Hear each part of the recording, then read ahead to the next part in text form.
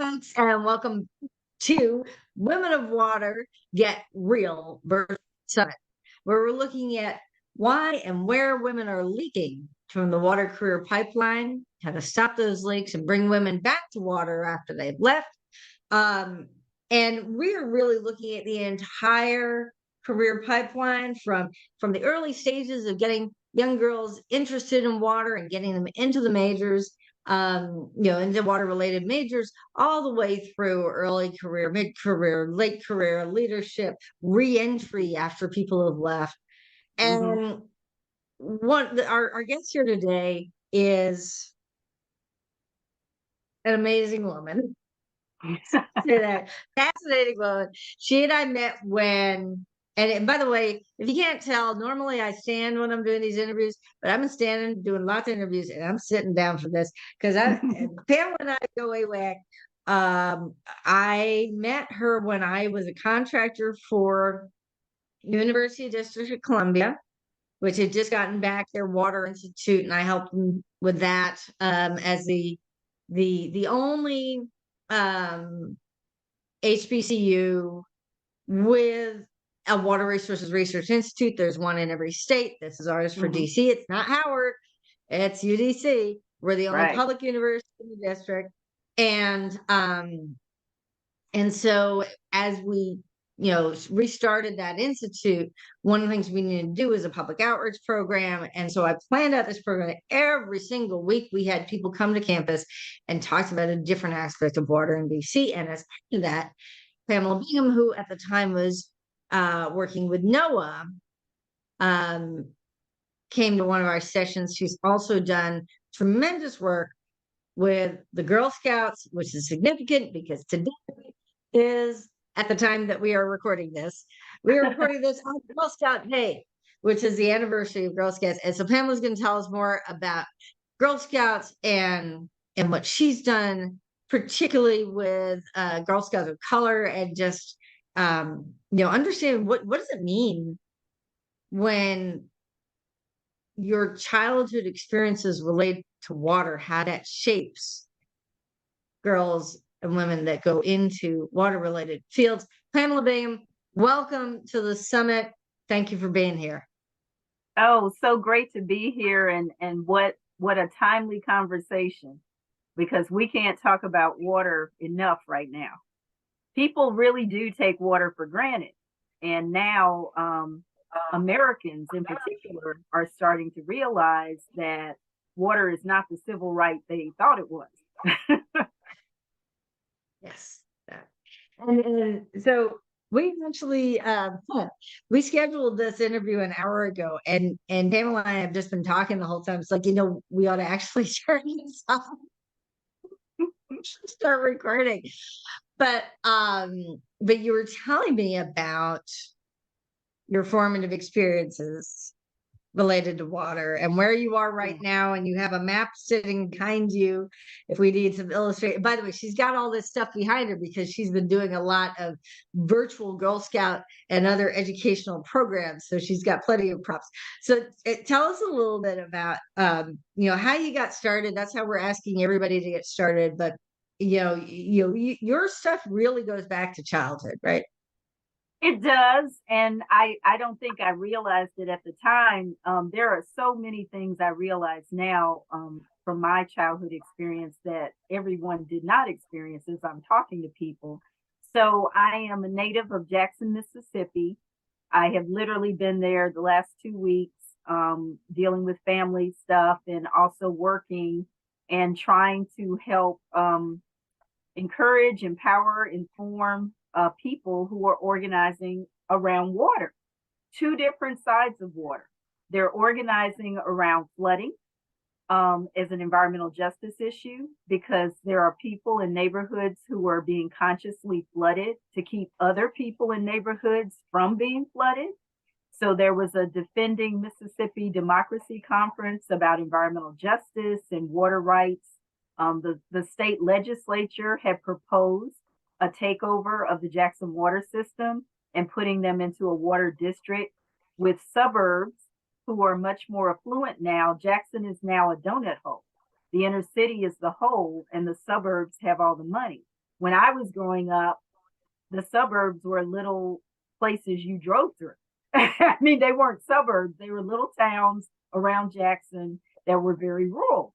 And so Yeah. I have been shocked in recent years how the suburbs have gotten all of this development and influence and have their own water treatment systems, which is why they're so critical of Jackson. But, you know, those that can move have moved out of Jackson for water and other issues. So this is my past 2 weeks. Now, my own upbringing, I was the first generation of desegregation. Even though Brown v. Board of Education happened in 1954, Mississippi didn't really start desegregating until 1970. So I was in that class. I was in that first group of students. We went to a neighborhood school for first grade. We walked to school, and it was a all Black school. And from second to fourth grade, they started busing us, and we were desegregating elementary schools. And in fifth grade, we were in an experiment called the fifth and sixth grade center, where they had thousands of fifth and sixth graders at the same school, staggered times. And by sixth grade, they figured out that didn't work because it was an open classroom situation. And if you aren't disciplined, open classrooms don't work for you. You know, you get distracted. Hey. Yeah. So I did well, but by sixth grade, they had changed the school back to a first through sixth elementary school. I Right. had excellent You science. know, I gotta say, I had kind of a similar experience in that, in the reverse, that I grew up in North Jersey, in Montclair, New Jersey, which, you know, many parts of Montclair are quite affluent, others or not. And when Newark had their riots, you know, we had a part of town that had their riots, and there was court ordered desegregation all the way up in New Jersey. This isn't just a Southern thing, folks. Oh yeah, This was yeah. up in, like 18 minutes from Port Authority in New York City, where UN Water is meeting this, you know, the week that the summit comes out.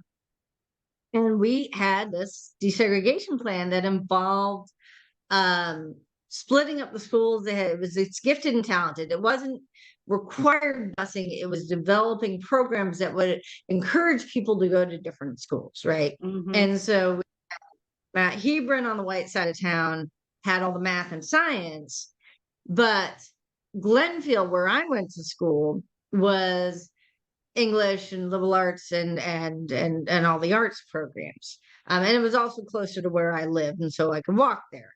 And I remember walking all the way down the hill. I lived up by Eagle Rock Reservation and all the nice Oh houses wow. up there, Yeah. down the hill, all the way down to Glenfield, and walking past, you know, buildings that were still all boarded up, and getting to a school that while I was there, they had a renovation, and our principal's name was Mr. Rennie, so they called it the renovation.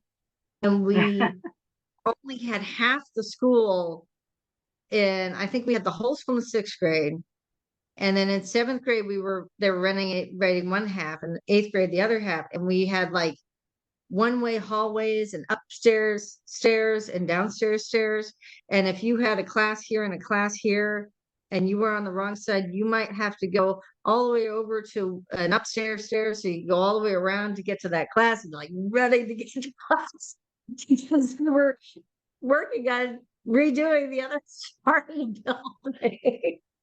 So it was, you know, it was for anybody who was living through that time to, you know, it was like, how do we bring these two populations that had been in these separate school systems together and bring schools that had been neglected, kind of like the Jackson water system has been neglected, Yeah. up to speed while you're still providing services, right? So my parents were in the what they call the Negro school system. My dad was an English teacher and a coach at the high school named after an African American leader. Back then they called it a Negro leader. My mom was a librarian at another high school, and interestingly enough, my mother is fairer skin. My father is browner skin. My mother was asked to desegregate one of the public schools that had been predominantly white, And she and my dad talked about it, and he was like, no way, they're going to spit on you. They're going to slash your tires. I mean, I remember him telling me this later, your mom, they wanted her to desegregate the school, and it was just going to be horrific. So even in her lighter skinnedness with her hazel eyes, she was still Black, and that was going to be a problem. But my parents left the public schools somewhere after desegregation, but they knew all of our teachers, which I didn't realize until I went to their 50th class reunion. I'm like, oh my gosh, these are all of our teachers. Mom and daddy's classmates are all of our teachers. We could never have been bad. Okay, we could never have been bad kids. So that was just a shock. I'm serious. My mother's 50th class reunion, I called my sister. I said, all of our teachers are mom and daddy's classmates. Of course, they all know each other. They were all in the Negro school system. So didn't recognize that, but I didn't have a bad experience at all. I think what happened is the parents who were totally against desegregation, they just took, if they had money, they took their kids out, and they took their kids out of the school system. We still had white kids in the school system, but it wasn't the overwhelming majority that it had been. And I actually had grandchildren of a segregationist governor in my class. Their mother was from a northern state. Their father had married her. He was from Mississippi. Their grandfather was Governor Vardaman, and he was a segregationist. But Kim and Stuart were twins. They were not. I never got anything from them. I went to class with their older brother, Stuart. He seemed a little tight, but other than that, I really I don't remember any hostility.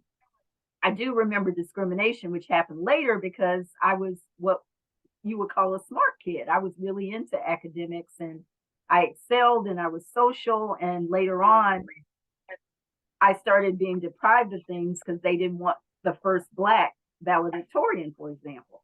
So I didn't get valedictorian, even though I was valedictorian, and there was some politics in that too with our superintendent. But water, I think about water geographically because my dad was from Vicksburg, which is on the river. This is my Mississippi River drawing. It's not geographically correct. My dad is from Vicksburg, which, Civil War, key to the Union victory. The Union won Vicksburg. We went through the Confederate Memorial Park. They call it Vicksburg National Battlefield, but most of the monuments are to Confederates. So we went through there all the time because my aunt lived very close to there. And she lived in what I later learned in my professional life in a repetitive flood zone. So she got flooded a bit, low-lying area. The Mississippi River flooded. My dad talked about it. My aunts talked about it. My aunt, who was born, I think, in 1900, even remembered the river changing course. I think there was some kind of natural earthquake or something, and the river flowed in a different direction. My aunt also remembered the big flood of 27 that John Barry writes about in his book. That was just a horrific experience for Black people. They were sharecroppers in the upper Greenville area. It was all flooded. They put the Black people on the levee with the cattle, and they would not let them leave the area. They did not evacuate them. They literally set up camps on the levee because they didn't want to lose their workforce. This was not slavery. This was sharecropping, 1927. Oh. So this is like a big point for me because I learned so much about the flood of 27 with John Barry's book. And then I asked family members about it, and I heard even more horrific stories. So after that flood, man, the Great Migration was on. So many people died of cholera. There was so much death and destruction. There was so much vigilantism, accusing people. They were literally left on the levee in tents. Cholera was rampant. They left them with horses and cows and sheep. It's just a horrific story. And now there's a documentary. So they turned John Barry's book into a documentary. So the flood of 27 is sort of in my memory. Everything that happened in Vicksburg flooded. I have family in Natchez, which is further south down the river. I have family in Greenville, which is north. I have family in Memphis, which is north. I have family in New Orleans, Baton Rouge. So we literally are up and down the river. And what I've learned in doing African American history of my family is that plantations were near the water because they used the barges to transport materials. So cotton, it totally makes sense. All these cities popping up along the river with large Black populations because we didn't move that far after emancipation. So I think about the Mississippi River. I have a deep love. It connects me to my father. I've been to the headwaters in Minnesota. Tell us that story you just told me about your trip to the headwaters. So I had gone to a National Science Foundation meeting in Northfield, Minnesota. I have friends from Mississippi in Minneapolis. Northfield was north. They had taken us there. We stayed at a hotel. We had some interesting little racial experiences. We were crossing the street in downtown Northfield, and they called us the N-word. And it was a group of like 5, it was almost a bad joke, 5 Black PhDs, a Puerto Rican PhD. I mean, it was a really bad joke. And these girls drove by and called us the N-word. And our Puerto Rican colleague was in shock. And he was like, oh my God, I can't believe they did that. I said, hey, welcome to the mainland. Because he had only lived in California and Puerto Rico. And now he had just gotten to Broward College. So he had had a very Latinx Hispanic experience. And I told him, welcome to the Hispanic world. Yeah. And he was in shock. But after that, I asked a colleague, is it safe? This is Minnesota. Everybody acts like, oh, Minnesota nice. This happened before George Floyd, okay? And so I asked my colleague, who was a white male, is it safe for me? This was not when you were a kid. This is just last few years, right? Yeah, this was the week Dylan Roof shot up South Carolina, because that's how the story ends. I asked my colleague, is it safe for me to drive to the headwaters of the Mississippi River, 3 hours north in Minnesota? And he looked puzzled and he said, yeah, what? He goes, I don't understand the question. I slowed it down as if that was explaining. I said, is it safe for me to drive to the headwaters of the Mississippi 3 hours north of here in Minnesota? And he still didn't understand. And I said, is it safe for me as a Black woman by herself to drive north 3 hours in your state to the headwaters of Mississippi at Itasca State Park? And he went, oh. And he thought, and he said, well, yeah, but I wouldn't get gas and blah, blah, blah. He literally said, but I wouldn't get gas and blah, blah, blah. And so I made the trip. It was a beautiful day. I was a little anxious because I ended up driving back in the dark, but the park was wonderful. The people were wonderful. The Mississippi River in Itasca State Park is a trickle, as opposed to the broad Mississippi River that we know in Greenville, Vicksburg, down to New Orleans. It's a trickle, and they have signage, don't slip on the rocks, which of course I slipped on the rocks. Rocks are slippery.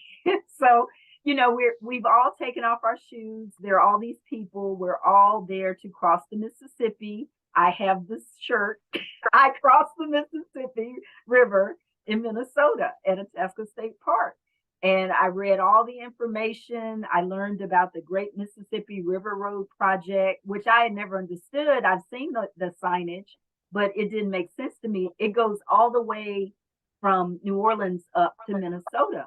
So I'm now on a journey to go to all these places along the Mississippi. I've done Minnesota. I have not done Iowa.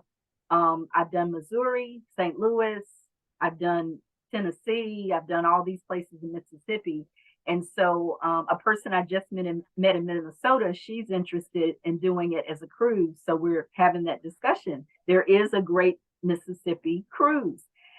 But, it's just so amazing to see. Not on a raft. You don't want to do it on a raft with Jim and no. No. We're going to be on a legitimate a legitimate boat or whatever they call them. Like the ones in New Orleans and Natchez, but it goes down. Yeah. and Yeah. you stay, you know, in your cabin and all that stuff. So we're looking into it to see what that might look like. But I am in awe every year when the Mississippi floods, you know, Iowa and these other states, because of the, you know, it's just amazing to me how overwhelming that is. And people are really displaced. It is a major natural disaster. And then it comes down to Mississippi. And so we have flooding in the Delta, but from a different problem. The Delta is now having problems with pumps, and they need EPA to fix the pumps. There's a big bull in the middle of the Delta that says fix the pumps right now. Not like 50 years ago, like last year. I went to Greenville. I spent a week there. I traveled down 61, which is the road that goes from Greenville to Vicksburg to Natchez. It's called Old State Road 61. And there are a lot of issues. There are a lot of water issues. So Right. Jackson has a water quality issue with drinking water and with water for bathing and everything else. But Mississippi as a whole still has a flooding issue. And so what is happening now, thanks to climate change, storms Right. will sit over a city and drop incredible amounts of water in a very short amount of time. So in Like with August, ice. Yeah. so Yeah. that's what Yeah. happened last year. That's what started the loss of the Jackson water system. I was in New Orleans with Dr. Beverly Wright at a conference and Bob Bullard in New Orleans in August of 2022, and they had the 3 days of extensive rain in Jackson, and it dropped something like maybe 9 to 11 inches. I'm not sure, but definitely 9 inches of rain in like 3 days, and it overwhelmed everything. And the water treatment plant was flooded, communities were flooded, water was released from a reservoir. We have a reservoir named after a segregationist governor too. So they release water from the reservoir, it goes into the Pearl River and it floods downstream, which are now Black neighborhoods in Jackson. Yeah. Yeah. Yeah. So I have this whole geography thing coming from Mississippi and then the Gulf Coast. I have family on the Gulf Coast. So after Katrina, of course, Right. to whom much is given, much is required. So I went to Governor Barber to volunteer my services, and he was not interested. His son was not interested. And I ran into Mayor Nagin at a conference, and he was like, come, help, help, help. It was so crazy what was going on in New Orleans. And I had been watching Hurricane Katrina and talking on the phone to family that entire day. The flooding didn't start until after the levees failed. But the day of the storm, I had talked to family until they lost power. And then we have like a phone free check-in kind of thing because we have family everywhere and we couldn't find all the family. My cousin in Biloxi was missing and everyone was worried. She worked at a Biloxi casino and had not evacuated. Duh. And the thing about the Gulf Coast is everything above what they call Highway 90, you want to be north. You want to be north of I-10, north of Highway 90, and you don't get storm surge. But I think they did get storm surge. I think between storm surge and just regular flooding and just, you know, the wind, everything about Katrina was bad in this state. Yeah. I mean, a lot of people, you know, if they weren't around that or if they hadn't studied, we did a video, one of our very first videos for Water Citizen Media was NOLA Knows Water. And we created in 2012 at my very first WEFTEC, which was held just days after Isaac, which landed 7 years to the day after Katrina. And I talked to all these people in New Orleans, you know, and bartenders and buskers or whatever, and was getting engineering style answers because they really know that, you know, if you live in a place where you're impacted by water, you know the water, you know, the pump systems. I'll share that video, but that you know that they could explain the differences, and it was around the storm surge that Katrina, you had the one issue with levees breaking and all that. But then with Isaac, you had the storm, and everyone's like, didn't think it was a big deal. It was in the same mornings, and yeah, they're out doing their hurricanes and parties and everything. But then it just sat there and it stayed and it rained and it rained. And so every single hurricane, I mean, explain that for people who don't know what it's like to live through a hurricane, how different each hurricane can be, and what storm surge is, and the difference between what happens when it rains and then when this. How does that work? So the Thank you, little bit I audience. know about hurricanes, honestly, is from my decade in Florida as a University of Florida student and working in Tampa and Orlando. So this was before Florida became Hurricane Central. The big hurricane that marked the change for me was 1992 Hurricane Andrew. And I was working at a utility and I had just left. And they said, they had told me, I had checked a form with all these skills, blah, blah, blah. Oh, yeah, I can do this. I can do this. I thought it was to get me more money. It was a hurricane assignment. So I said, Oh, I can't shimmy up a pole and restore power. I was in St. Pete and I told them, I can't shimmy up a pole and restore power. I'm going over the bridge to Tampa because to get out of St. Petersburg, you have to cross water. You either go over the Howard Franklin to Tampa, there's another bridge to Tampa, there's a bridge to Clearwater. You know, there are bridges everywhere. You are surrounded by water and you have to get out. And so I told them, if you can catch me before I get to Tampa, because I didn't think I could contribute anything helpful since I couldn't restore power. But there are lots of skill sets in a hurricane that I learned about through that process. I mean, and you know, we had an interview with Marcia St. Martin, and I pronounced it right this time, Marcia St. Martin, who was the head of New Orleans Water and Sewer during Katrina. And we talked some after the cameras were off about the experience of people who we get all these water professionals who will volunteer just as you did, who just call people up and say, how can I help? And they come down and um and what that impact is like, especially someone, you got all the smarts and you learn how to, make a levy and everything in class and maybe do a little scale of something like that. But to do it after a hurricane, I had gone up to someone at this big water conference, WEFTEC, and I was talking to people about their experiences with different hurricanes, and somebody said, "Oh, go talk to this guy. He actually went down and volunteered right after Katrina." And this is a big burly guy at a at a pump company and everything, and I so hey, I hear you were a volunteer, and you want to talk about it. And his eyes kind of glaze over.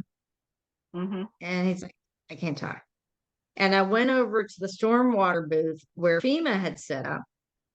And I asked them about that. And they said, there are a lot of people who, water professionals, so eager to come down and volunteer and end up with PTSD.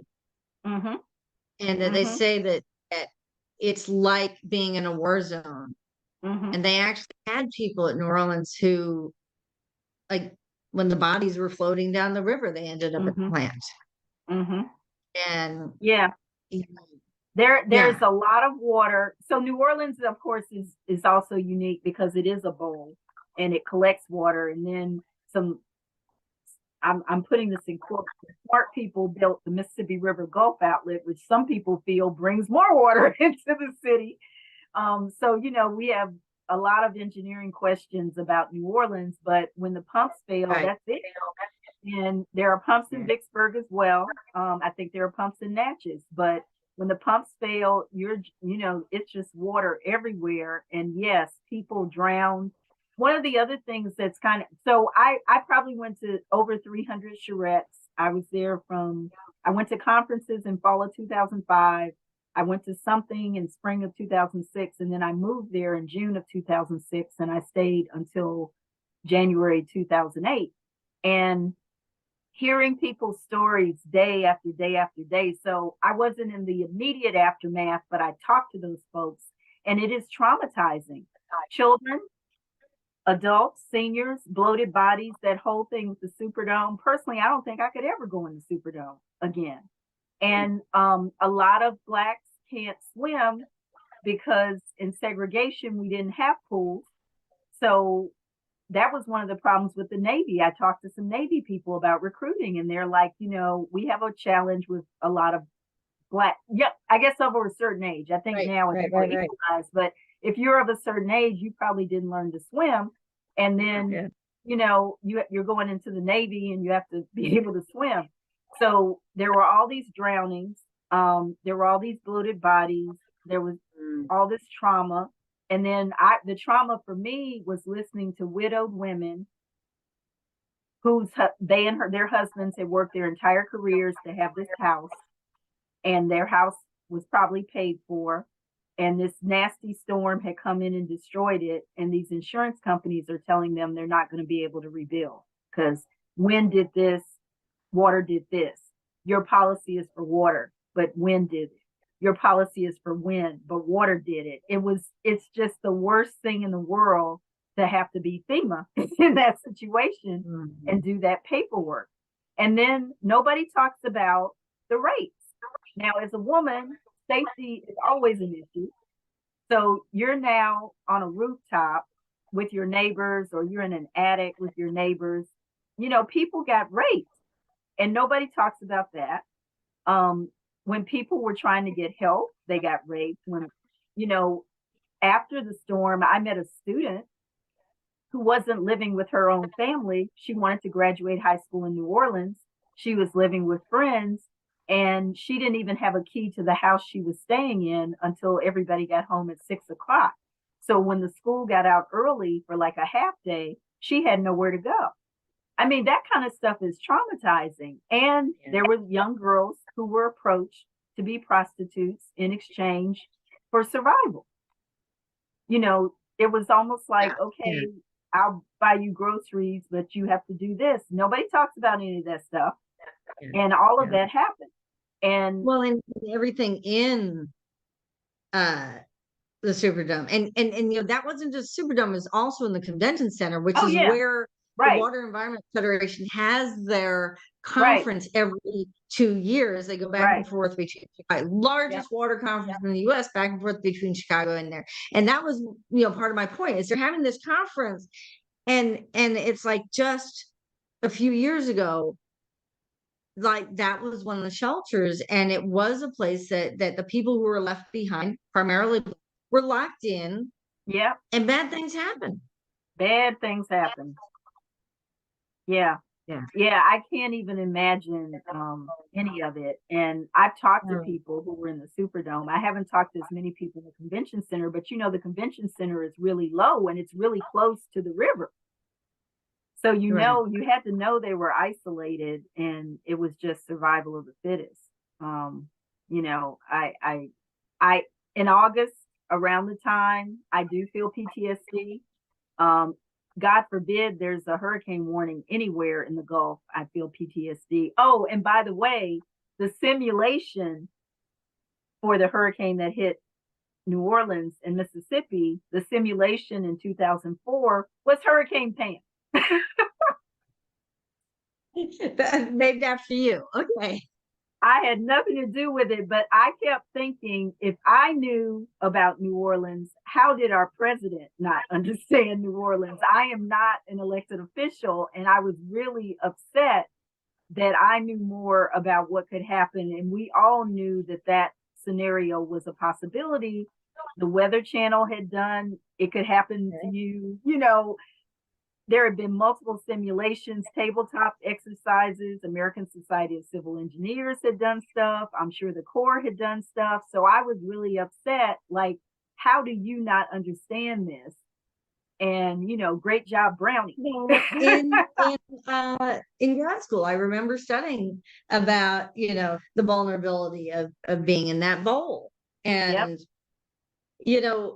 I was actually just talking to a friend about how much work it is to put a summit together.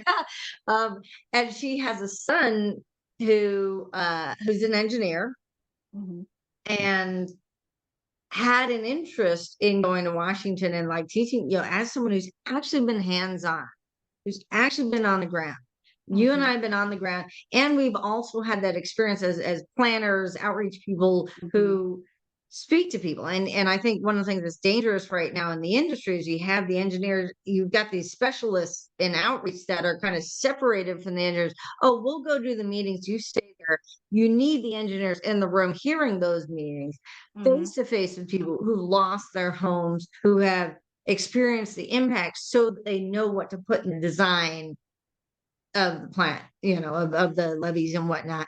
But he was saying that one of the challenges, and this is where what we're talking about, one of the things we're talking about in the summit comes in, is if he were to run for office and go to Congress for a few years, or even a state legislature, he would fall so far behind in the engineering field. When you get in these technical fields and you step out, something you like moves so quickly, new technologies, new policies, new regulations, new this, new that, and then you can't get hired back. And this is one of the reasons we talk about these returnship programs as a way for women or men. If you are leaving the industry, whether it's to raise kids, whether you've been stressed out because you were in worked in a high stress or a racist, sexist, whatever, some bad situation at work, whether you've got to take care of aging parents, there may be a time when people step out, and it's a way to have mentorship and support and be part of a cohort and have people who kind of look at, what are you missing? Well, you need to get up to speed in this, and you have that, 12 weeks or whatever to ease back in so that you can step right back up and be where, at least where you were before you left, if not keeping up with your, your age cohort. But just this idea that we're not getting people going into, say, getting involved in politics or, public office or, other things where they can bring their experience with them, because it's so devastating to your career if you step out, right? So I am actually an industrial engineer by degree. Civil engineering was in the same building that I was in, and many of my sorority sisters were civil engineers. But having heard of the crap they were going through, there was no way I was going to civil engineering. It was so hard hat construction, good old boy oriented. I had no desire. I mean, my friends, my sorority sisters were like first Black graduate, first Black masters. I mean, they were still counting. And that's always a thing for me. If you're still talking about first, I've already been first. I'm tired of being first. And maybe I don't want to be first this time, but they were brilliant. These women were brilliant. They still are. One's in academia. One, unfortunately, got cancer and is dead. One is somewhere else. They're out of the traditional civil engineering field. Maybe one is still really a traditional civil engineer. And so there were so many isms associated with civil. And I really felt like my sorority sisters, they got harassed. I mean, one, definitely the one who has died, she told me a man came up to her in lecture and said, "You're taking the seat of a man who needs to feed his family." And so I was like, industrial engineer, had a bunch of women. We were still struggling, but it was a much friendlier environment. And so I came into environmental totally by happenstance. I was student body president, so I went into kind of this policy side. I was really interested in advocacy and what I call social impact engineering. That's my term. That's what I am. I have an engineering degree and I work for social impact. So I was invited to this National Environmental Careers Organization conference with minorities in environmental careers. And I met Dr. Bob Bullard. And I found out that it was not normal for my neighborhood in Jackson, Mississippi to have four childhood leukemias. And only one of my classmates survived. So I came into the environmental water field through the health side because there were always questions.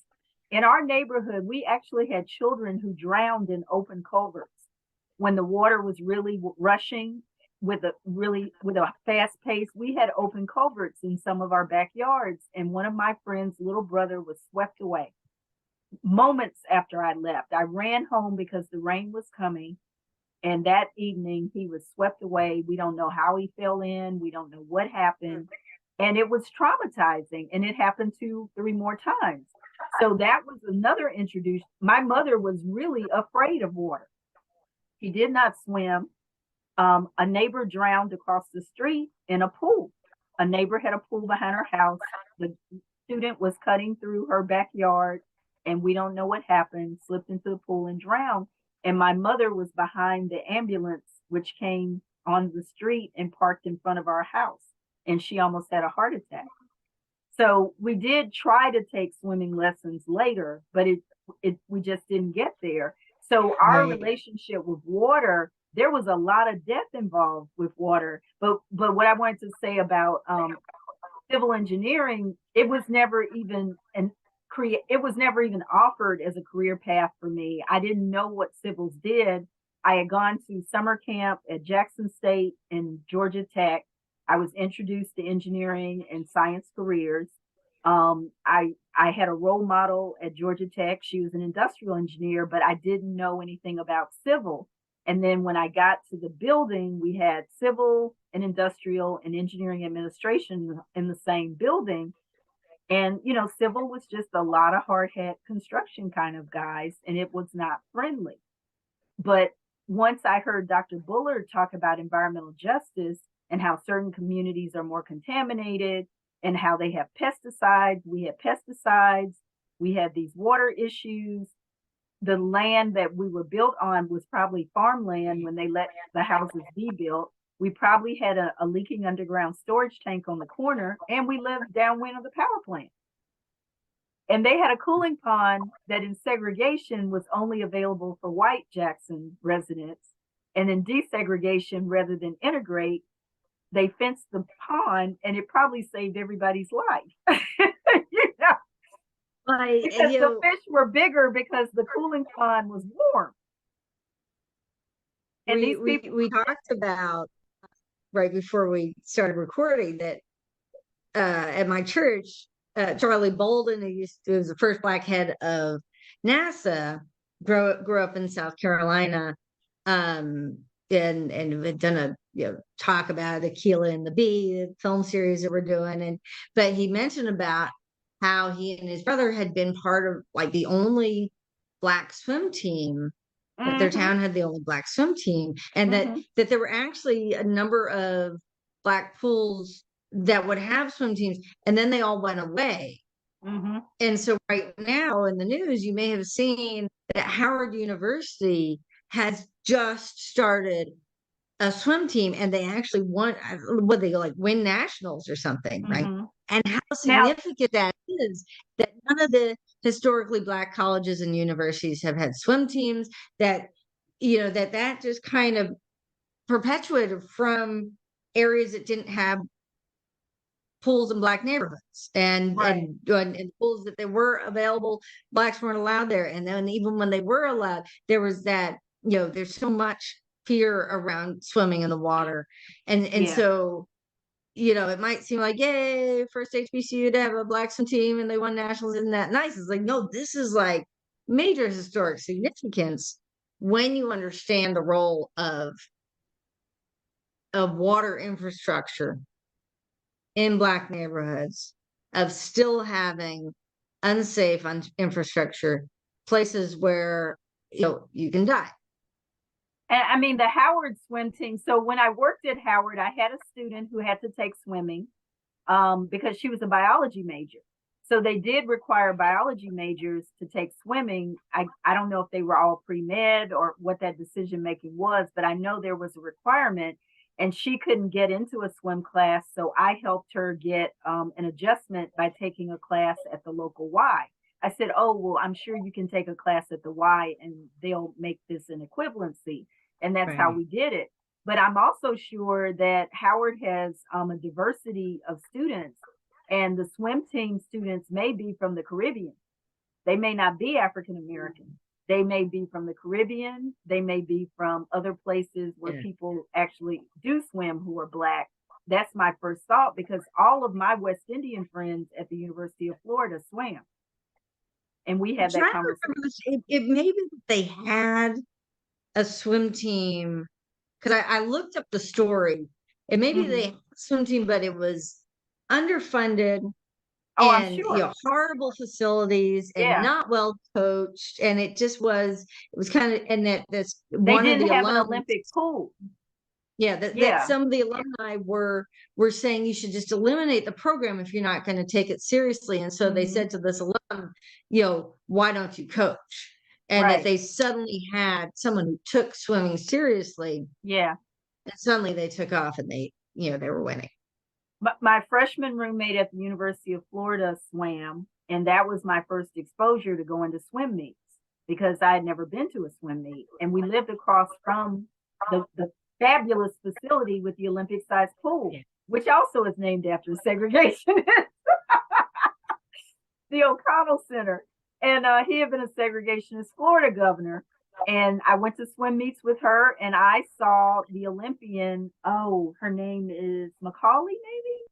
She Okay. swam for University of Florida, and she was on the University of Florida swim team. I mean, they had phenomenal swimmers, so we went to women's swim meets, and Leanne introduced me to swimming, and it just wasn't something that I had been a part of my life, but I enjoyed it. She was really into it. It's very healthy. You can do it for life.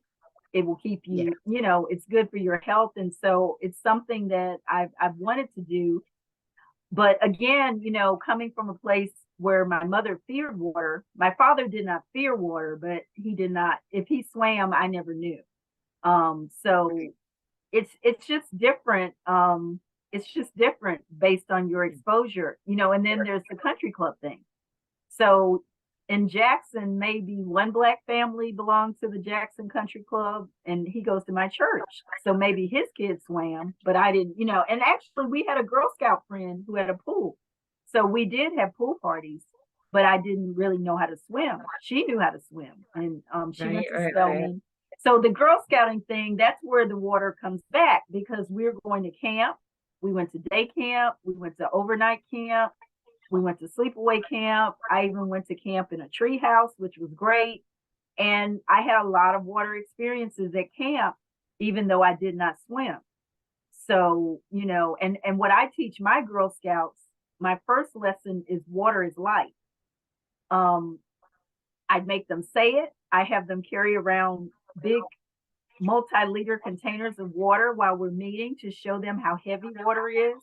And I have taught Mm. them year after year after year, if you were born in another country, not the United States, as a girl, it is very possible that you could be carrying water for 6 to 8 hours a day.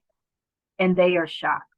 And I now show them videos, and I show them places where people have drought and they need water. And we can show them pictures of girls carrying water, women carrying water all day.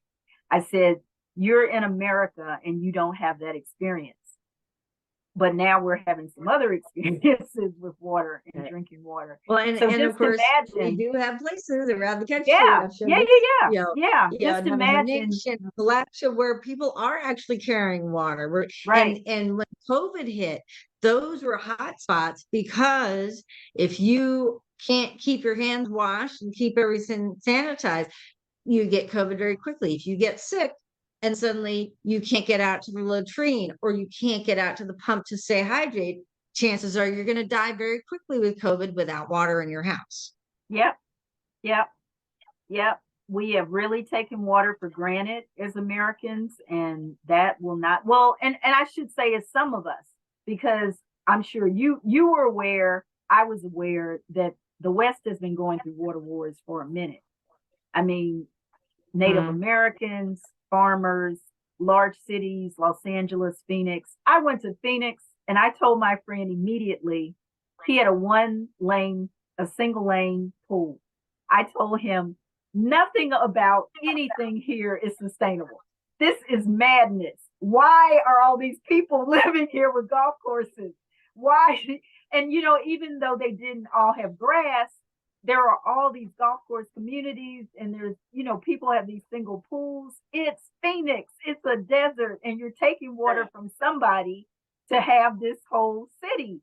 And I visited Albuquerque, where we had summer camps for National Hispanic Environmental Council in Albuquerque and in the Channel Islands area and in New York. So in Albuquerque, they have monsoons in the summer. We were generally doing this July, August, but nobody's capturing the monsoon water. We just have monsoons, then we have flooding, then we have all these problems, but there's no capture of the monsoon. And then in Right. California, nobody's capturing the ocean and desalinating. You haven't been to the green alleys. I actually, one of the people I'm going to be talking to, I'm very excited about is the DEI, the new first ever DEI officer at Metropolitan Water District of Southern California, which serves Okay. all LA, San Diego, that whole, lower end of the Colorado River. And the guy who's now in charge of it, recently, Adele was recently made head of MWD after previously being with LA Stormwater, the sanitation, I forget the name of it, LASWD, whatever it is. Anyway, one of his projects was called the Green Alleys Projects, and it was in South Central LA. Lots of gang activity and all that sort of stuff. But they had all of these alleys that historically had been a gathering place for the families, and they all come out and they have, neighborhood parties and stuff like that. But it had been so taken over by gangs and tagging and, hypodermic needles in the streets and all sorts of stuff that they wanted to have permeable pavement put in to capture the stormwater from the monsoon. That this was part of the water planning for the region. And in doing that, they also needed to take into consideration what the social situation was in the region, right? And so they began working, and I forget which environmental group we did. He told me about it at a WETEC conference, and then I was going out for another event in LA, and I called him up and said, "Hey, I'm going to be there. I'd love to, you said such great things about this Green Alleys thing. Would love to see it." So I get to the airport. His staff picks me up at the airport. They take me out. They take me all around Green Alleys, and they like they had an old train station or bus depot or something like that, a city property. And this big field next to it, and they turned it into a treatment pond with a big fountain, right? And so you had some cooling water, and it helped with taking the heat. I'm losing the words here, but the heat effect of just having pavement, right? And then the urban suddenly heat island. area, when it's really hot, talk about Phoenix and what are they doing with all these pools? We're having that pond really help cool the area. They created this whole green space and a walk all around the pond, and it was right across from a middle school. And so suddenly the kids had a safe place to sit and do their homework, sitting outside in this park. Mothers were walking around, pushing their strollers with their kids. And it was just a nice place to gather. And then the alleys themselves were cleaned up when they did put in the permeable pavement. And they were working with community groups to make sure that it stayed, this was community space. That it wasn't gang space, right? And that's where it's one of those examples of where when you have utilities working with the local community, you can find ways to put in the infrastructure that not only deals with problems like what they're dealing with in Jackson, but also help provide other social benefits and health benefits to the people in the community. Yeah, Jackson's problem, unfortunately, is complicated. I was so Columbia University students were there last weekend. We did a tour of the flooded community, and in my growing up, I didn't remember this community flooding, but we also had unofficial segregation. So even though there was desegregation, the neighborhoods were still sort of black and white. So very few blacks lived east of the interstate and didn't know those DC was east of the river. Yeah, we knew students in school, but we didn't really go to their houses. Now I was on a department store modeling board, so I knew a lot more kids from other areas of the city, but I didn't go to their house. We all did our thing at the mall, and whatever we did. And so this neighborhood is now flooding, is now African American, predominantly. In 1979, when I was in high school, just beginning high school, there was a huge flood in Jackson, and it flooded the Coliseum, it flooded the archives, it flooded almost everything in downtown Jackson, as well as some very prominent, affluent neighborhoods. And I think folks got together and they said, probably never again. And now they release water that floods downstream. It's like, not going to flood our neighborhoods, you're going to flood those people downstream.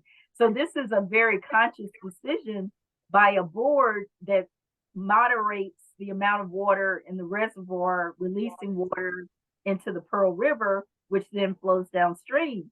So to my shock, these neighborhoods have gotten some of the alligators from the Pearl River, and they're having alligator problems. I didn't believe it at first, but it became clear from multiple interviews that there are alligator issues because when they flood, the alligators come into the community.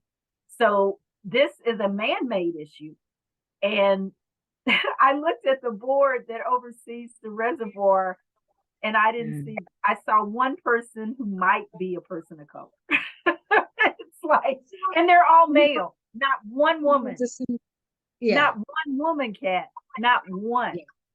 And I was like, oh my God, it's 2023. Is it really this bad in 2023? So this River Authority Board appointed by the governor, they get to make all the decisions. Now, I still am trying to understand what role does the Corps play?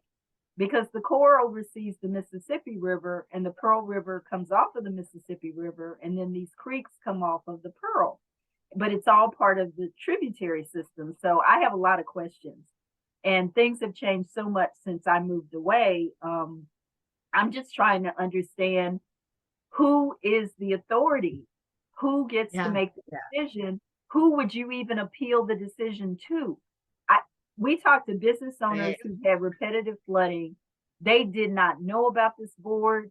They have never been asked to testify before anybody or anything. So I'm, trying to help the community investigate the hierarchy. The mayor is involved in a lot of decisions, but he's not the only decision maker. The governor has a lot of decision-making authority, and so do the mayors and the county boards of all the surrounding counties. So there's a lot of complexity about water decision-making that's not visible to the average citizen, even though they're the taxpayer. Well, and even not just the average citizen, but even the young water professional. And what I've seen here, and we kind of talked about this before I start recording also, trying to manage, young professionals who have grown up in more integrated schools, and they're appreciate each other's culture, and they're using the right pronouns and this, that, the other thing. They read a lot of books and whatever. But when it comes to this stuff, we talk about wicked water problems. There's this complexity, and it takes time. It's not just book smarts. It takes time and experience of getting out in the communities and appreciating that. And yet our generation, and we were the first Title IX generation. So first time that women really could take it. It's not just about sports, folks. And by the way, I do have Olympic swimmer Nancy Hogshead as a speaker because she's now a Title IX lawyer and a lot of these issues. But that it's not just sports; it's also for women to be able to take classes. That's not even changing the culture. That's just allowing us to get in the door, right? Now you see classes at engineering schools, lots of women, all these women, taking classes and everything. Lots of people of color, right? Oh, yeah, everybody's taking classes, and they're doing the book smart stuff, right? And then we have this administration currently that has a huge emphasis on diversity. Right? And so I was actually at the guy who heads up Corps of Engineers Civil Works. Mike Connor, I knew him when he was a staffer on Capitol Hill and watched him as he went through, reclamation. It was a law firm, and now he's back at Civil Works, and great guy. And but they had this agency there that was doing a listening session with ASCE about this new national assessment. No, sorry, I said that right. National natural assessment. A year ago, Biden signs the thing. We need to have a national natural assessment of what natural features are actually part of our green infrastructure, are helpful to have for things like storm surges and things like preventing floodings and all that kind of wetlands and all that. barrier And islands and all that stuff. they needed to staff it up. And they were, the agency that's in charge of it, I talked to the head of that agency and they said, well, in that office, and he said, well, we were told we need more diversity. So they've hired these really young women and African Americans or people of color of various types who have no real community experience. Yeah. And they're sitting there with this, and we're trying to explain stuff. And they're telling us, first of all, none of what you say at the table gets taken in consideration until you actually write it down. And they're giving people little slips of paper with those little teeny tiny like library pencils. It's like, give them something they can type with. I can't even read my own writing anymore, right? So we're having these conversations, and people are like, yeah, it's so important that people tell their stories. It's like, this is not about telling stories. It's not therapy. This is about you learning how to ask the right questions, you understanding how to listen for certain things that say, oh, this is going to impact the design. Oh, this is happening because of these regulations. Regulations create these problems. Infrastructure create these problems.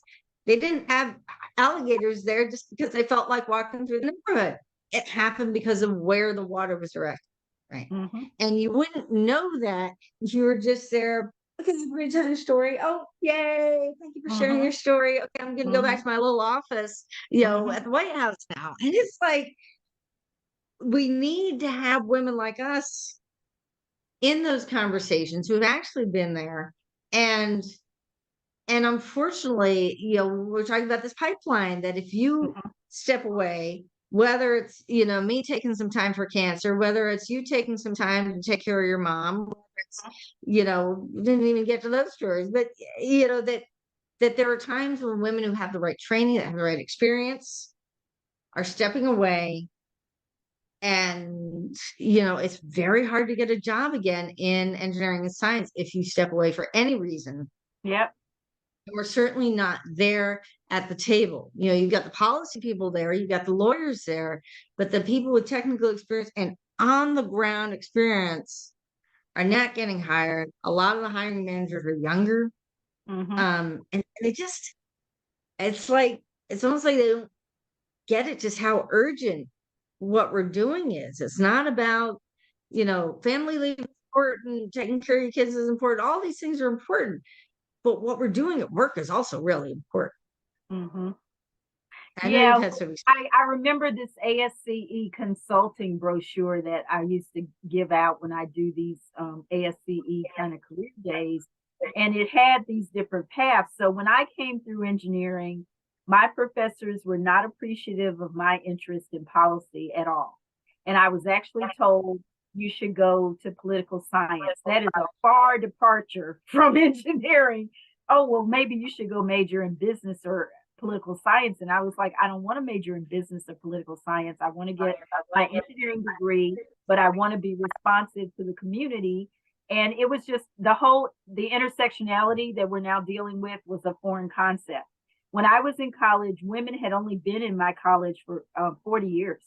And again, this is the 1980s, not like the 1950s. So women had only been in school for about 40 years. We were still the minority in engineering. We're in greater numbers, but we still don't really lead engineering programs in great numbers. One of the things that has always been shocking to me working in the environmental sphere is how we segregate. Okay, the policy people are here, the engineers are here, the architects are here, the planners are here. I hired a guy in Jackson who had worked for the Corps as my, I I think they called it an individualized personnel assignment. It was part of my brownfields grant. I hired a core person from Vicksburg. He had never done a public meeting. I was stunned. I said, "What do you mean you've never done a public meeting?" He said, "I've never done a public meeting." I taught him. Means public. Yeah, I out had of to the damn teach him. office. Yeah, I Oh, mean, and we're talking about, the planning board of the city.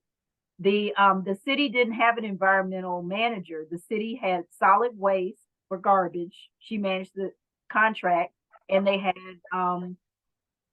like the water utilities person, and none of the operators at the water treatment plant were female. I don't even think nobody's even thinking about that right now, because I'm saying if you want to have locals at the water treatment plant, you need to hire some women as operators. And so just that pathway to water treatment isn't understood, and it's still the same as it was. And then when I was in New Orleans dealing with all the contractors, plumbers, building construction, everything you had to rebuild in New Orleans, it was totally male dominated. Some of it was like union, where you had to be voted in. Other things you have to get the certificate from the state. Other things you don't get reciprocity if you come from another state. It could take up to 2 years to be an architect in Louisiana. And I knew a guy who came from New York. It took him 2 years to get a license in Louisiana. So all of those issues come into play with control of the pipeline. I mean, 300 plumbers in the state of Louisiana is woefully substandard. And that's what we were dealing with after Katrina, about 300 plumbers. And even now, water mains pipes are breaking from winter all over the place. And we don't have enough of a pipeline in the trades to do the rebuilding. But we certainly don't want to open that up to women. Oh, and So I'm we just have a thinking now, deficit. I have some operators, and I've got 2 operators, well, 3, and they're all white. And that's an issue also, Right. is having, There's an infrastructure deficit. We keep talking about infrastructure. We just put all this money out into this big bill, but there is a deficit in the people in the field. We have to up the trades. We have to increase all the career paths. And nobody seemed to think of that. They just thought, let's put all these millions of dollars out here, but somebody's actually got to do the work. Well, and when I started Water Citizen, I thought it was really cute to call it, elevating the water dialogue, improving the water information infrastructure. That we could get stuff out, kind of like what you normally only hear at these conferences. And we talk about, traveling to this conference and travel. It's expensive. In order to keep up and stay up to speed, you got to go to professional conferences. You have industry conferences. There might be symposia at universities. There might be public meetings. And that's a lot of travel, and you may or may not get paid for it. And especially, the great resignation, and everyone's like, "Oh, I'm going to leave this big consulting firm or this utility, and I'm going to hang my shingle and everything." And do you realize that nobody pays your overhead? There's nobody reimbursing you for all that travel. Right. That's what happened to me at UDC. It's like I was basically working full time for a contract that was less than $10,000 for an entire semester, and it was like, and then going and presenting at conferences with the students to get their travel covered. But I'm taking them on their first ever conference to present posters on this, and nobody's paying for my travel. And that's not sustainable. And, and so, for people who want to hang their shingle, that's good for a time, maybe. And if you've got a spouse, got insurance that you can cover you for your insurance, because your insurance is going to go through the roof when you go over 40. But then when you want to get back into a larger organization, the pathway's not there. And and to be able to have an impact and to be able to go to conferences, you need to be able to travel. And there's no travel for solo consultants. Yeah. And in the community world, so I work with a lot of community organizations, and like you said, a lot of my work has been for free over the years, but now I have to tell folks we have to find a grant that supports me because I may have I may have a job that covers me at a university, but if I'm not working for a university for 4 months, I'm covering myself, and people don't understand you still have to eat. So I did consulting. I Wow. started consulting in 98 after a layoff, and I've always had a consulting side, but I've also always worked with academia, private company, community organization. And I know communities can't afford me as an engineer. So I just give them maybe, community engagement rates, which is different than engineering rates. And I don't want to hurt anybody's feelings because I have to tell them, do you understand what engineers make? I said the hourly rate is usually this. And so even writing a grant, you may not be able to cover it. And that's one of the realities of what's going on as well. Communities can't solve their problems without technical people, and technical people are very expensive. Yeah. And there's more going on in water industry spaces and whatnot related to diversity, but often if it's as a separate workshop, like even WEFTEC, largest water conference and everything, right? They did have an incredible, oh my God, it was an incredible session, day-long session on reimagining the water sector through a lens of race and environmental justice, water equity and environmental justice, right? And is Victoria Johnson and Walt Walker, who both are young, I guess not as young as they used to be, none of us are, but younger than me, who are just starting practice groups, right? So kind of mid-career, starting practice groups. You might think you're late career, but some of us are a little later. So you kind of, late career, and they're starting practice groups and in water equity. This is a new thing, and a lot of firms now, for the first time, have these water equity practice groups. Karen Riley's, so HDR, there's a bunch of them, right? Victoria's at HDR. Anyway, but building, and I used to be a practice group leader, and that takes a lot of work. You got to feed the beast. You got to get money in all the time, or you don't get to keep your practice group. And so they put this thing together, but the speakers they had, oh my God. There's been a movement in the water space where you have a lot more Black leaders of utilities. We have a new Black woman president of Water Environment Federation, American Water Works Association, first Black woman president-elect, Black chair of the Water Environment the Water U.S. Water Alliance, which has been doing these studies, right? And they a whole history on redlining by water districts and everything. So people don't want to talk about it, right? Right. But so we're in this little conference room, and it's the same time as like 15 other workshops that people are going to because they're getting continuing education credits. Right. A lot of people would have liked to go to this conference, couldn't get the extra. It was on a Sunday, so they could get the time off, but they couldn't get the extra night hotel to come a day early. And plus the $500, $300, $400, whatever dollars it was to do the workshop on top of the cost of the entire conference. So most of the people in the room, so Keisha spoke, it was at DC Water at the time. Tony Parrott, who's head of Louisville Sanitation, they do amazing work there. And OJ McFoy from Buffalo, who's also chair of U.S. Water Alliance, plus Colette Pichon Battle, if you ever heard her I know speak. Colette. Yeah. She's got a new affiliation. I forget what her group is called. Yeah. So Taproot.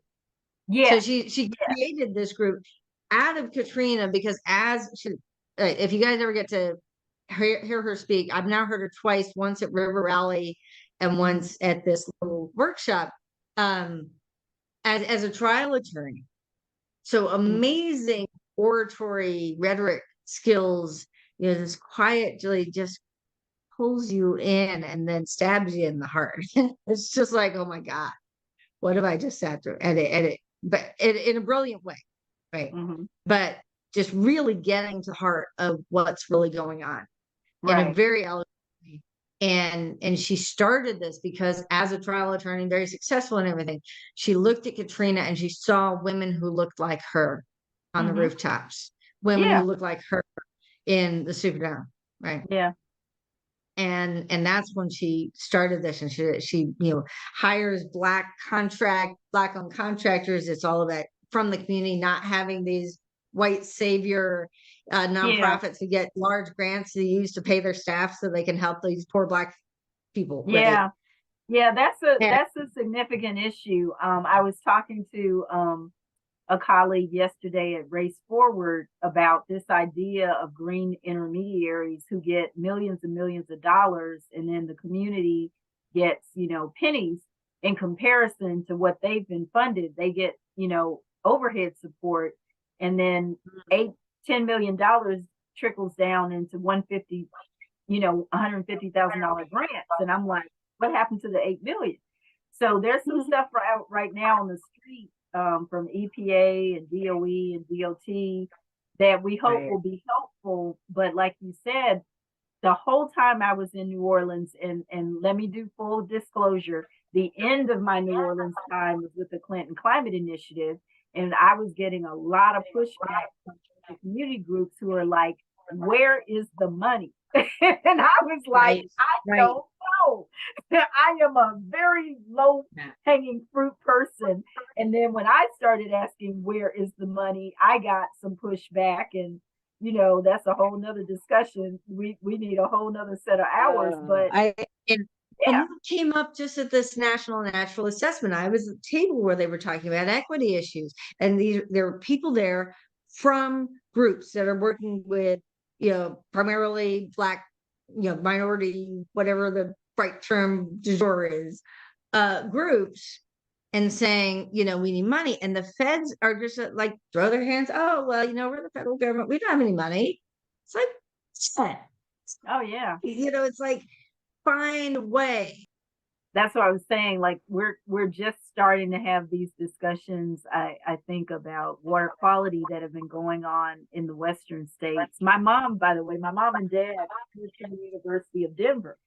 Now, they went to the University of Denver because Mississippi was stupid and wouldn't allow residents who were Black to go to graduate school in state. So they paid a stipend for them to go out of state. I was just talking to my 91-year-old biology teacher. She went to the University of Wyoming. She went to Tougaloo for undergrad, and she went to the University of Wyoming for grad school. Her kids went to Tougaloo undergrad and went to George Washington and all these other places for grad school. My parents went to Jackson State. They went to the University of Denver for grad school. My mom went to Rutgers, and my dad went to Peabody Vanderbilt. And it's crazy. It has created a brain drain in the state of Mississippi because you sent your best and brightest away, and they saw that life could be better some other places. So some came back and some didn't. But we lived in a neighborhood with teachers and folks in higher education, and like almost all of my neighbors went out of state to school. Indiana. I mean, I could just go down the list, all these Iowa. So yeah, my parents were in Denver. My mom talked to me about Denver and her experience there in the summers, and Red Rocks Amphitheater. I mean, she and my father have great love for Denver. I have pictures at Rocky Mountain National Park. I don't have memory of it, but I know we were there. I have Polaroids. And so Yeah. again, I'm sure that they showed me the Colorado River as a child. I think my father was probably more intentional because he had done that work for the Corps. He worked on Lake Pontchartrain. So he worked on them driving the pilings. He was not an engineer, but he was a young man from Vicksburg, and that was one of his part-time jobs, his summer jobs, I think. And so he worked on the development of the road of the interstate across Lake Pontchartrain. And I remember talking to an older engineer in Vicksburg. There are so many engineers in Vicksburg. You can go to the grocery store and run into an engineer, but you wouldn't know. And what he said to me that's always stuck with me, especially after Katrina, is we do a lot of stuff, but water goes where it wants to go. And that's Right. like the Well, most that's what prophetic Corps of thing. Engineers, yeah, Corps of Engineers has their big lab, folks, in Vicksburg, Mississippi, and it's my graduate advisor actually had used to work in Vicksburg. He's the one who taught me knowledge-based decision support system and how to do interviews, and that's one of the reasons why this summit is not a bunch of engineers giving a presentation, because I guarantee you folks, we would have clicked off an hour ago because you're bored. I mean, I'm sorry. We learn what we're taught, and so a lot of the engineering professors, they kind of do this monotone with X and the Y diagram, blah, blah, blah, blah. And so the students learn that, and then so they go on. Some really fascinating people that I know who are engineers and scientists and economists, whatever, in the water space. They have great stories. You put them on a stage, you give them a PowerPoint, they will put you to sleep. Don't learn how to communicate in an engaging manner. That's why I do interviews, because I can draw that out of people. I tell that story again about when such and such happened. Sure. Well, yeah, let me tell you about when I was there at Katrina, what happened, right? Those are a lot more interesting. Yeah, there was so much. One of the things that I realized very recently in listening to the Mississippi discussion, so she had a room, she had invited some Yale climate communication folks down. She'd invited a guy from Puerto Rico. There was the room was full of folks from various Mississippi communities. So you had some folks from the Delta, from the Northwest, some folks from near Memphis, Gulf Coast, southeast over near Hattiesburg, and the TV show Laurel. There was a gentleman from Laurel who has a CAFO issue, an agricultural feeding operation issue. And what I realized in listening to Puerto Rico is that there are so many similar experiences with Hurricane Sandy, all the hurricanes in Puerto Rico, the hurricanes on the Gulf Coast, and we have not done enough peer to peer. There are lessons that I know that we learned in New Orleans and the Gulf of Mississippi that have not been shared with Puerto Rico. There are lessons they're learning that have not been shared with, New York. And we've got to do better. Somehow we've got to create communication networks that help with that peer-to-peer mentoring, because we shouldn't all be relearning these lessons every natural disaster. Yeah. And So FEMA, one of the things that we're doing, and this is, how many of these have I done now? All told, it's nearly 50 interviews, right? So I'm getting out there. And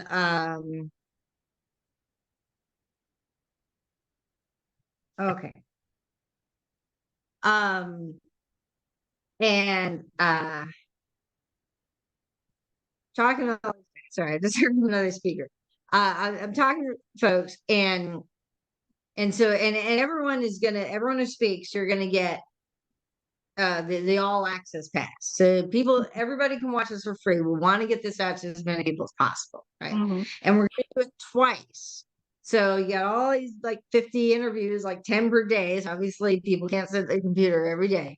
But pick out the ones you want to go to. And if you miss one this week, you can watch the next week, right? But you also have an opportunity to be part of a virtual community that we're testing this out. It's this thing called Mighty Networks, because people don't want to go on Facebook, so we got to pay for Mighty Networks. So we're going to charge a little bit less than a lot of people pay for lunch. And if you can't pay for it, let me know, and maybe we'll be able to come up with scholarships or something like that. We'll figure it out. First, we got to get the thing open. The lunch. As of today, Girl Scout Day, the March, I still haven't been able to finish setting up the site, but we're going to have an opportunity for folks to sign up. So if you watch today and you're like, oh my God, I can't do it tomorrow, or well, Wednesday is World Water Day or whatever, you can watch next week for free. Or if you want, you can get this little all access pass, and that includes being able to be in the community. And all the speakers, I'm going to give you guys a free access to the community so that you can meet each other. Because I know that we talked a lot, like you and Marcia St. Martin, you and Sally Gutierrez, who from EPA has headed up all the innovation clusters, and now she's head up groundwater labs. She's had drinking water lab. She tells about her experiences growing them in Hispanic communities, right? And actually seeing people like her, right? And story about her father. They before she was born, they lost a child to a waterborne disease, and that was the impetus for her father to move to Texas. So a lot of people have these formative experiences when they're young, and I think especially it's not just about going to schools and off schools in very white neighborhoods and inspiring these girls. Oh, yeah, water's important, and you get to help these poor people, poor Black and brown people on the other side of the world, or you get to I don't know, do some experiments and shoot with water guns and some water fun, yay, la la la. But you also have people who've had direct experiences in their families with floods, with disasters, with contamination incidents, or they know people who've had. So you take those experiences with you when you go to science and engineering school, when you go to law school or policy or economics, whatever it is you want to do, public administration, social science. We've had many people from many disciplines. When you become an operator, when you become a plumber, whatever you do, you remember those experiences and you bring them with you. And that way, more robust and more responsive and more innovative water community. It's not just about let's count the number of white people and Black people that we have in the picture. It's about what experience can they bring? And I think I mentioned to you, I have virtually met a colleague who I have never met in person. I know her whole family. I mean, her grandparents were important to my family, to my parents. And I met virtually, and she is into an innovative water space for water quality. There are other alternatives. And if the United States is going to decide to let people suffer the way they are in Flint and Jackson and all the other communities that we don't even know about yet, if that's the way we are going, if the United States of America is like, we're going to make water only available for the wealthy, then we need to start talking about some other water solutions. Some solar, some desalination, which I know is incredibly expensive, but we really need to start having this conversation because it is not acceptable to me. So I just lost an aunt in Jackson. She had Alzheimer's. I noticed in the nursing home that she was in, I didn't really see water bottles. So I don't know if they were giving those residents bottled water or not. I mean, how would you check that day after day after day? And so we know there are immune compromised people. We know there are people surviving cancer. We know there are people surviving HIV/AIDS. We know that there are all these issues, liver, kidneys. And I'm really wondering how many people are being slowly poisoned right now because of poor water quality. And we don't know because there doesn't seem to be any surveillance and maintenance in Jackson, which is shocking to me. I'm going to reach out to EPA this week, not EPA, CDC this week to ask this question. Who is doing the surveillance of the babies and the pregnant women and, and the folks with cancer? Because there are a bunch of cancer centers in Jackson and there are children's cancer centers.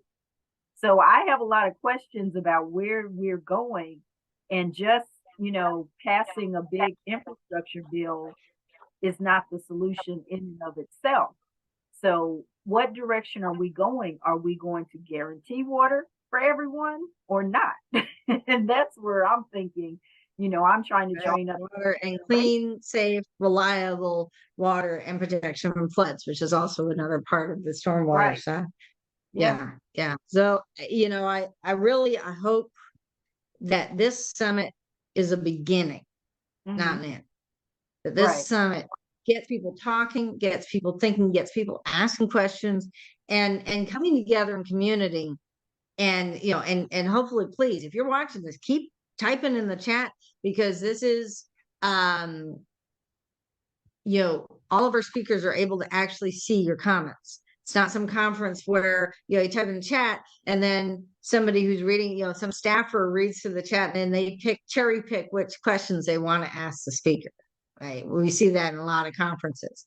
This is, you get to type. I mean, we're going to monitor, make sure there's no bullying or whatever obscene comments or pictures or whatever in the chat. We will keep this down and we will kick out the people who put those in there. But for those who really want to have discussion, Pamela is going to be able to watch. She might be on there live, she might be coming in there later and watching what's in there. And I'm looking at the time of how long we've gone. I think we'll have to put this one at the end of the day because we've kind of gone over an hour. But I can talk forever about this stuff. But Right. But I think type your questions, comments, your experiences. Pamela will be responding. I and my team will be responding, and we'll get it all figured out. And yeah, we're all in this together, folks.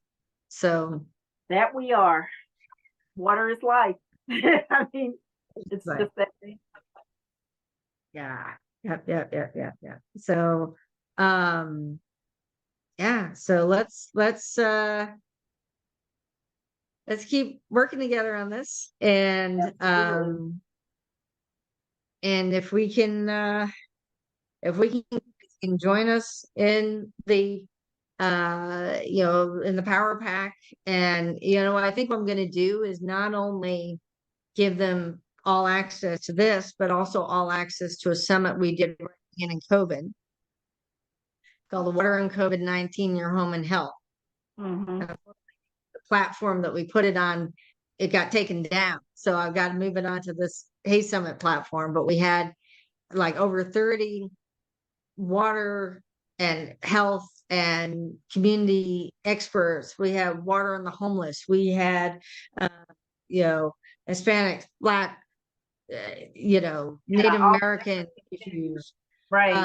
And we talked about there's something you just said about the senior citizens homes.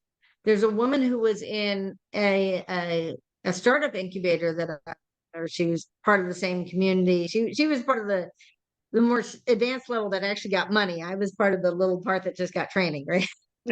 But we connected there, and she came out of a university and she's invented a device that monitors your hydration. And one of the places that they're using this is Debbie, Dr. Debbie. I'll look her up. I'll post it in the thing. But one of the places that they're using this is in senior citizens homes, because you get people that they're already kind of out of it. If they've got Alzheimer's or whatever, they're not asking for water. They're understaffed, so nobody's checking on them.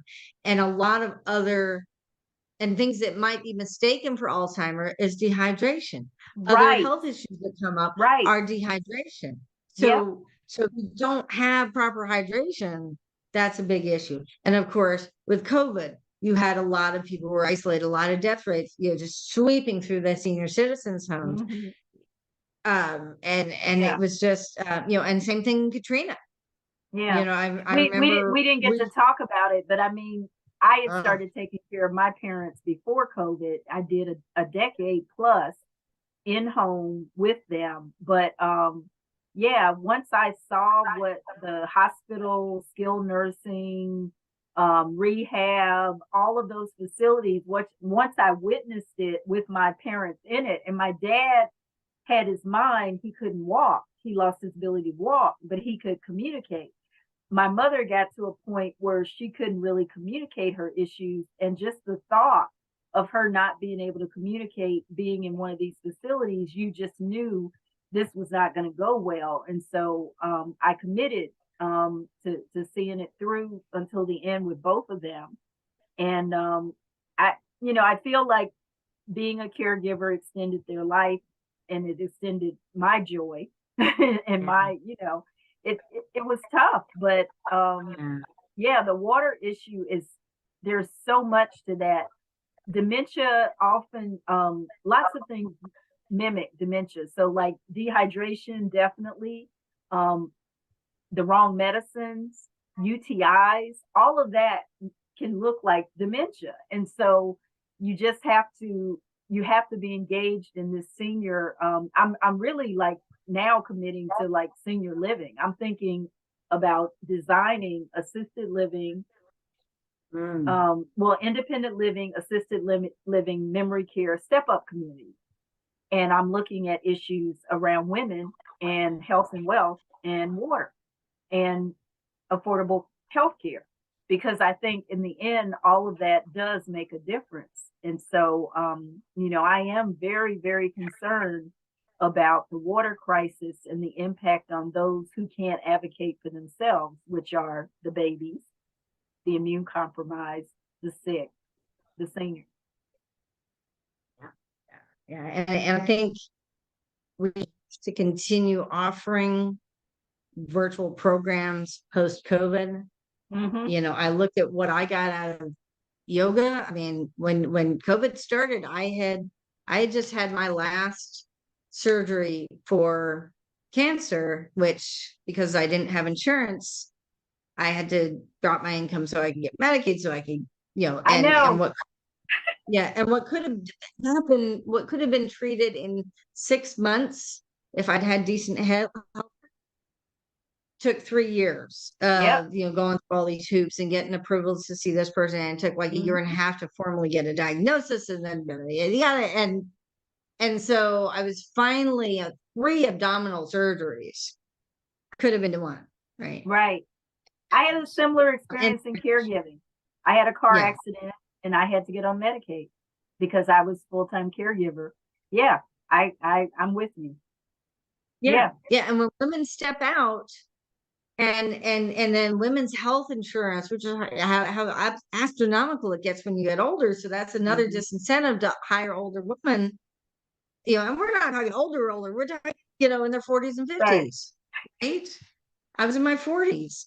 right. And but yeah, where was I going with that? I must be dehydrated. We've been talking Yeah, that forever. we're gonna have to continue having this virtual conversation and conversations about all these That issues because post-COVID. Yeah. that I was able to access. Well, first of all, I was able to access the very first ever the Lance Armstrong thing. The cancer for when you have cancer, recovering from cancer, and you get the exercise. Oh, It's not silver silver sneakers. sneakers. Oh, No, but it's it's the like other silver, the live strong. Live Strong. Thank you. Yeah. So I happened when COVID started. Friend of mine, one of my sorority sisters from NC State from the engineering sorority, offered me to come down and like dog sit. They were going to take off and they want to leave the dog there. And so I was dog sitting there. And so I was there when the YMCA went from there to back to Chapel Hill area where I'd gone to grad school, and the YMCA there had the very first ever virtual Live Strong. Oh my God, we need this everywhere Yeah. because when you have cancer, and especially if you're in a remote location, there's no public transportation. All these Live Strong programs are like in the middle of the day, Yep. and Yep. you have a ride, you have to wait, and if you have cancer, you're not going to want to sit on public transportation for 2 hours each way to get to a Yeah. exercise class. So to be able Right. to do it at home helped me with my balance again. I mean, when you get abdominal surgery, your balance goes to crap. They cut into muscle, and they say, okay, cancer's gone, bye bye. It's like you need a lot of post care to get back Yeah. up to being healthy. I am 110% now because I just live strong. And then I was able to do a virtual internship with a yoga studio, Yoga District DC, amazing place. Hmm. And they have so many virtual offerings. So as a virtual intern, I was able to not only, answer the phone once a week or whatever, but I was also able to take as many classes I wanted. And some of the instructors were also instructing from home, right? Before they had, and even after Mhm. they opened the studio. These things help keep people healthy. Mhm. They So do. even though the studios are open, there's a lot of people who can really benefit from whether it's uh whether it's things like Live Strong for cancer recovery or things like yoga for people of all ages to be able to do it in their home if they can't get to a studio If by you have if you have 5:45 p.m. internet. If you have connectivity, which is the other Eh, issue for rural Yes. and yeah, that's the Yeah. other big And more issue. and it's more since COVID because people had to. So that have been some improvements there, and hopefully that hasn't gone away where they turned off the internet after COVID. But Yeah, um that's my yeah, meeting we've tomorrow. got it. Huh? Yeah, that's my meeting tomorrow. I'll find out if a team I was working with, if they are going to help, be able to help with connectivity. And, I've had a lot of conversations with people who do this about why some folks have it and why they don't. And again, it's a profit driven thing. They're like, Yeah. hey, it costs us too much to put in these small places. Right. So we're going to have to figure that out. And I probably Yeah. through the healthcare system, I think we're going to have to figure it out, but maybe Yeah. also through water. Yeah. Well, and the virtual healthcare. And I actually, another thing that had come up, there was this new innovative nonprofit had come up with a grant for people who are going to do stuff with solutions to lead. Well, we got to replace all these lead pipes. There's all this money going into replacing lead pipes, and Mhm. especially the lead service lines, which Mhm. is, the cities were already taking care of the stuff on their property, but once it crosses into private property, it's the homeowners, right? Mhm. And there's money if you're even, you don't even have to have like rock bottom poverty level income. If you're below, I don't know, 150, I can't remember what the number is, but it was this, a decent amount of money. You could still get up to 100% of cost of your lead pipe service lines replaced for free. And not only that, but that the DC Water would handle everything. They would hire the contractors, they would manage the work, it would all get taken care of. And they were going to people's houses, kind of knocking on the door, which nobody did during COVID, right? And saying, "Hi, I'm from DC Water. I'm here to help you. I want to. We want to come in and dig up your yard and dig out the pipes and replace your pipes but don't worry, you don't have to pay for it." And people were like, "No, I mean, talk about trust issues, right? No, I don't trust the city." So what I was going to do was I was going to take the same virtual program and the virtual interviewing techniques that we were teaching in the virtual water leader lab and connect with Black churches and Black community groups in the area and get this little grant so that we could support doing the interviews and then inviting people into a course like over 6 weeks or something, where every week we would go over all the benefits that were available. So like, how do you find your home on the map? Mhm. DC Water's made this great map. Do people know how to find their home? Right. How do they even know? And why is lead an issue? Right. All that basic stuff. How do you test your water? How do you get the test kit from DC Water? DC Water had free test kits. Well, if you think you might have an issue, you can get a free test kit. If you Mhm. don't have an issue, get a free test kit. Test your water, see if it's got lead. And then we can walk them through it live online, right? And Mhm. then if you have lead, how do you apply for the grant? Right. So all these little step-by-step things could have been done 1 week at a time. Right. Mhm. Put together this big And we're going to have proposal. to do all of that because Right. what we learned at the conference in Jackson, even though the state will pay for it, I think the statistic was less than 15% of children who are Medicaid eligible are being tested for lead, and it's free. Well, and So, that's the thing. I'm sorry, under 2 years old. Yeah. Yeah. Yeah. Yeah. And if you want to reach communities that have had broken trust, there is something about having an online course and meeting with people every week and letting them ask asking, listening to their experiences and letting them ask questions and answering the questions in a non-condescending, non-technical way where you actually build trust. And if they don't want to ask the question, then if somebody else asks the question, they still get the benefit. Right. So you have this Yeah. group together. And that's what we were gonna do. So what we were Yeah. told, first of all, I wanted to get DC Water to be listed on the proposal to show that I was actually working with them. And then or DC Department of Energy and Environment, which was actually giving out the money, right? And both of them, they just wanted to kind of sit back. Oh, well, that's interesting. Well, the folks at DC Water said, well, we've got all this money for the lead pipe replacement. What you're talking about, this is categorized as public outreach. And that's a subcontract to the big contract. And so we put that out to bid for big engineering firms. And you got to wait and see which big engineering firms gets that. And then you can ask them to give some of the gazillion dollars that they're going to get to you for your little program. So first of all, I went and I applied for the grant, $10,000 grant. And they kept delaying and delaying and delaying this little nonprofit. And then they came back to me with questions, this review committee, right? This is very prestigious water prize thing. And so they came back. First of all, the first question was, who's going to teach each class? It's like, well, I can teach and I can bring in an expert each week who's the appropriate expert for that topic. No problem. If it's about test kits, I'll get whoever does the test kits for DC Water. So it's online, easy. Second question was, because I'd also checked it off as an equity issue.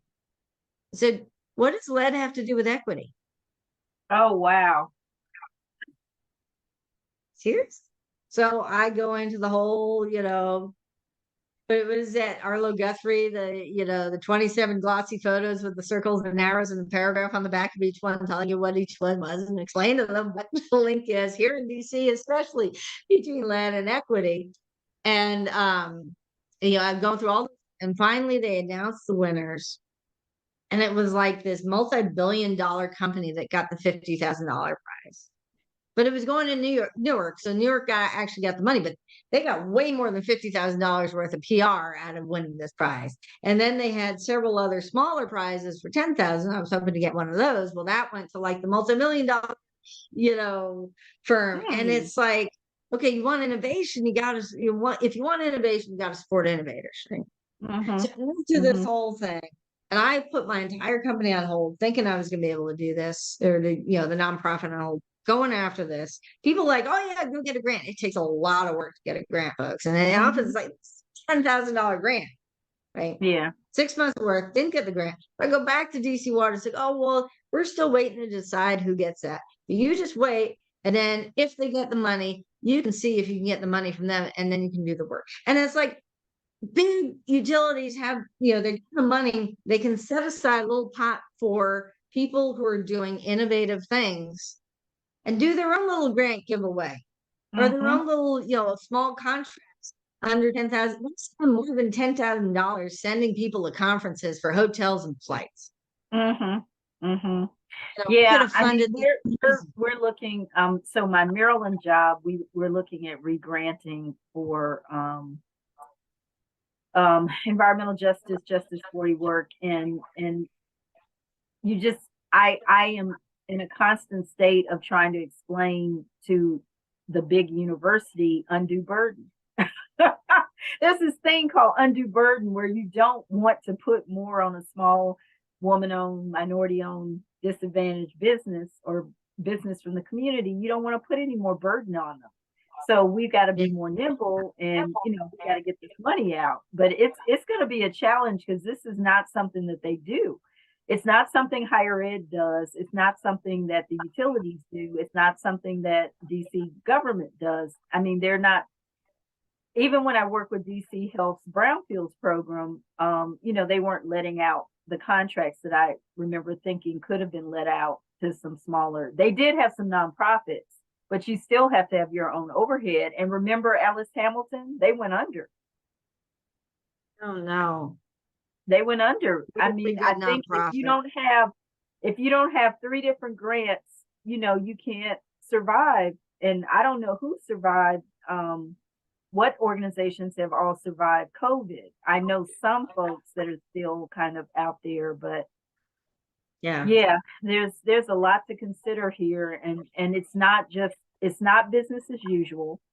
It's not one size fits all, and that's really challenging, I think, for the utility world.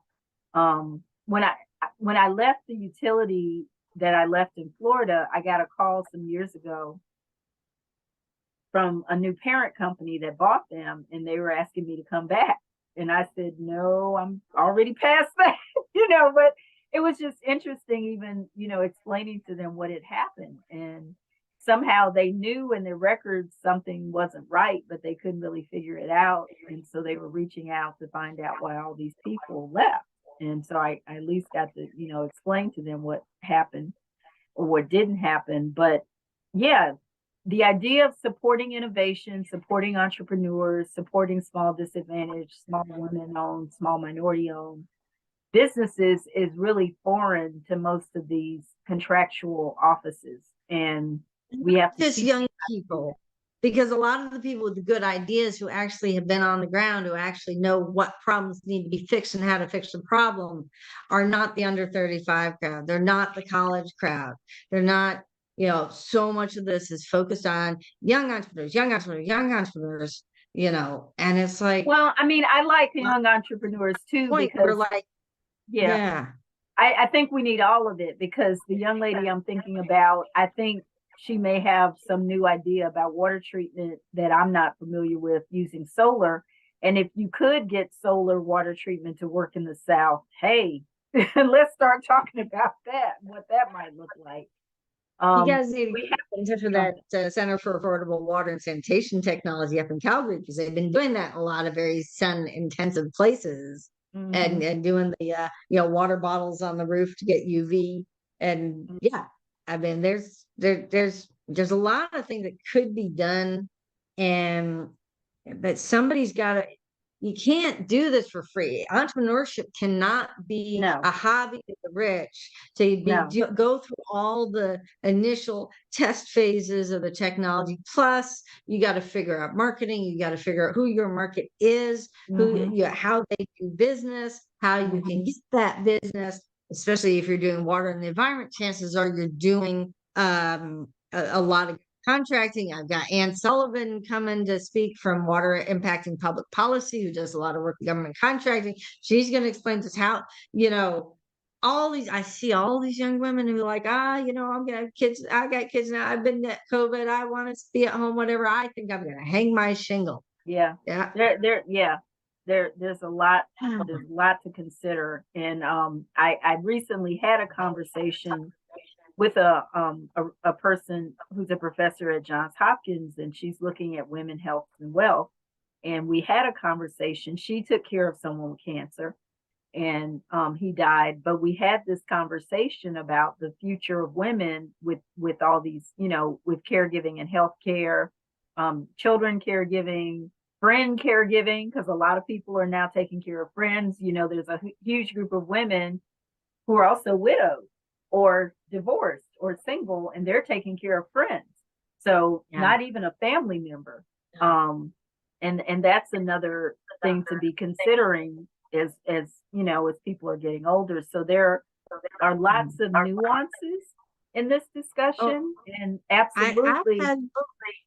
I had surgery last summer, and and it's like I didn't even realize until we got close to the surgery just how, not only how long the surgery was going to be, but it was like brains that I needed to deal with. And then there was like, I was not going to be able to make food, even just getting food out of the microwave, out of the freezer and into the microwave. Right. Like I was completely wiped out. And thank God I just, I had just like literally just moved up here, couple of a couple of streets over from like just down the street from Nashville Cathedral. And I'd sung a couple of times with the choir or whatever. I didn't really know anyone, but I said, hey, look, I think I'm going to need some help. Boom, they had a care team. And they put out that care team notice, and they had someone coming for lunches and dinners Monday, Tuesday, Wednesday, Thursday, Friday, like different person come by each day, and they like really good cooks too. Mhm. Give me all the bills and everything, and just checking in on me. I don't know how I would have gotten through. Yeah, And you're right. We all need. that's There are what I those figured. times when you need caregivers. Right. Yeah.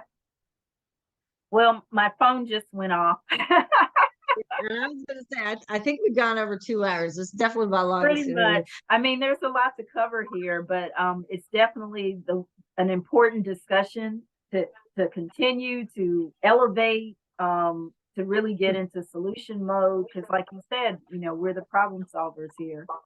And the scary thing is, my dad used to say, they bring in the women when it's really messed up.